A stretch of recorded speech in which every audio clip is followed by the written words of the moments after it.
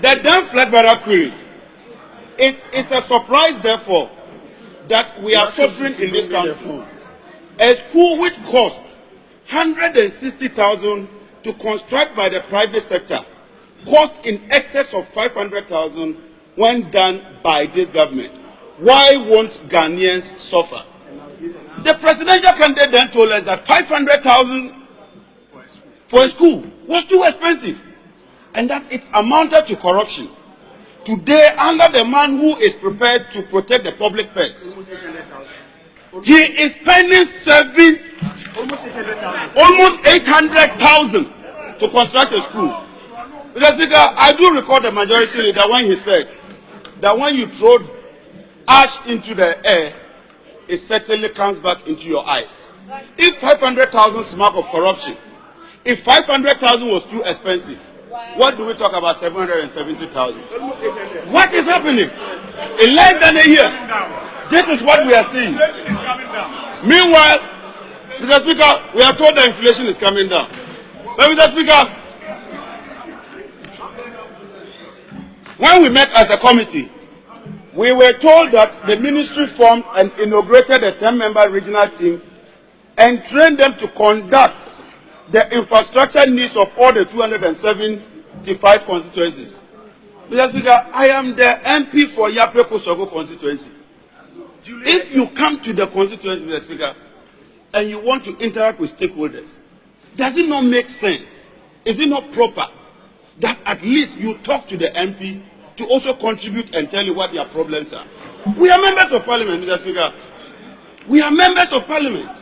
When something goes wrong, we shouldn't take partisan position. And more often than not, we hear of people go to a constituency, claim that they've interacted with the constituency, without even contacting the member of parliament who was elected by the people in that constituency. Mr. Speaker, I am therefore not surprised that we are spending 71 million cedis of the taxpayers' money.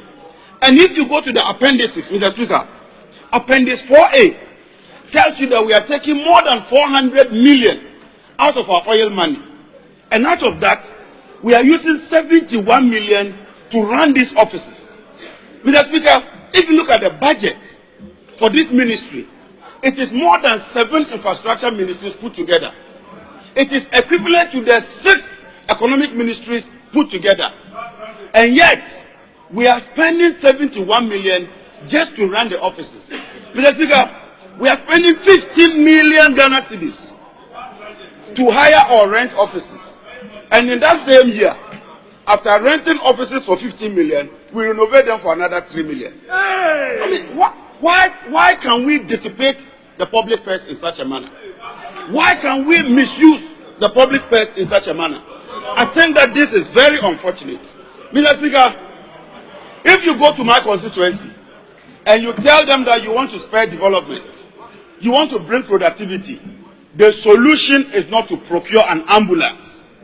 My district can procure that ambulance. If you want to construct cheap compounds, there's a Ministry of Health. If you want to construct dugouts, there's a Ministry of Agri. I hold a view, Mr. Speaker, that this Ministry for Special Development Initiative, I hold the view that this ministry is moribund.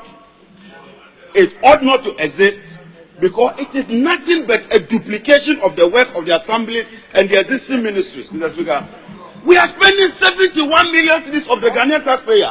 Your money, the money that we get from our oil resources, we are taking 71 good million cedis to run these offices. We are spending 15 million to rent offices. Couldn't we have used this money for something better? Mr. Speaker, it saddens me.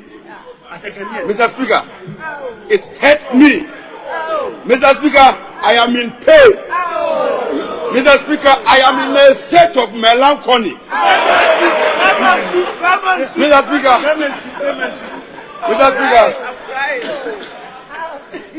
Mr. Speaker, we can't continue like this. No.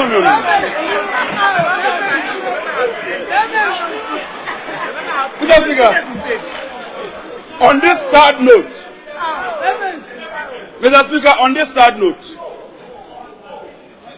I wish to advise His Excellency the President to listen to our advice and protect the public first, and not turn this ministry into a ministry where money is dissipated, where money is spent without value for money. Thank you, Right Honorable Speaker.